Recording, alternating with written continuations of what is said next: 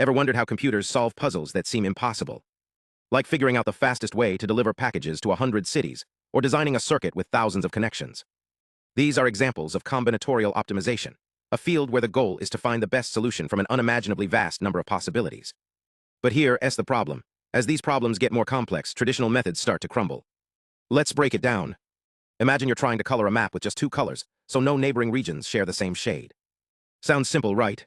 But when the map has thousands of regions, it becomes a computational nightmare. This is where graph neural networks come in, special AI models designed to handle these kinds of challenges. But even they hit a wall when the graphs get too dense, like when every node is connected to almost every other node. Here's where the research gets really interesting. Scientists discovered that a type of AI called physics-inspired graph neural networks, GNNs, initially excels at solving these problems. They model the puzzle as an energy landscape, where the goal is to find the lowest energy state, like magnets aligning to minimize chaos. But as the graph gets denser, something strange happens. The network starts to fail. It's like trying to navigate a crowded room where everyone's shouting. You lose track of what matters. Why does this happen? The answer lies in how the network makes decisions. GNNs usually output real numbers, like 0.7 or 0.3, which represent probabilities. But real-world problems need binary answers, yes, no, on, off, 0, 1. The gap between these two creates a problem. The network's soft predictions collapse into zeros, leaving it stuck. It's like a student who guesses on a test, but never checks their work. So how do you fix this?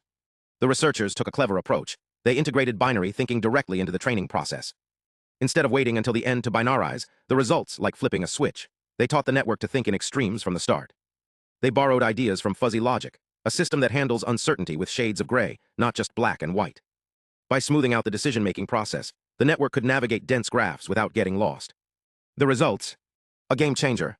Their modified models outperformed traditional methods, especially on complex, real-world problems like optimizing delivery routes or managing power grids.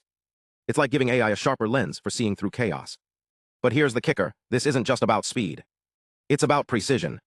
By blending physics-inspired math with AI, researchers are unlocking solutions to problems that once seemed unsolvable. From logistics to quantum computing, this could revolutionize how we tackle the world's toughest challenges.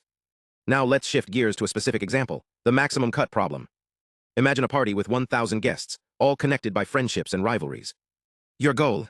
Split them into two teams, so that the number of rivalries between the groups is as high as possible.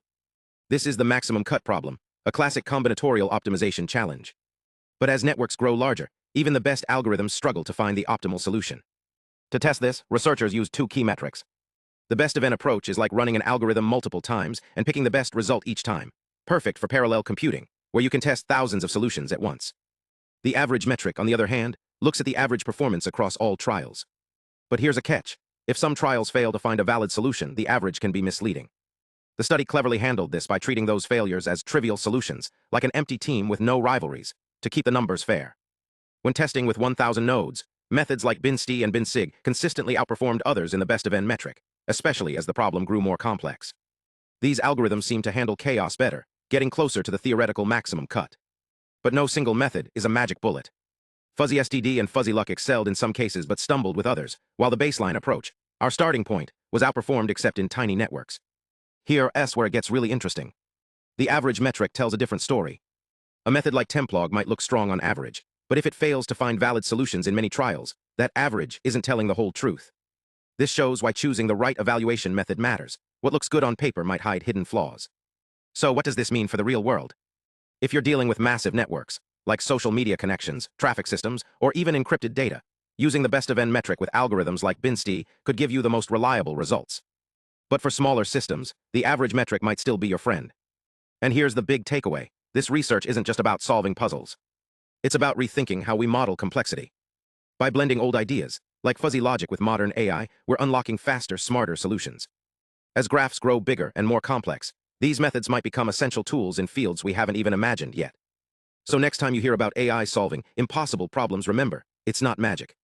It's the power of creativity, physics, and a little bit of fuzzy logic. Want to see how this works in action?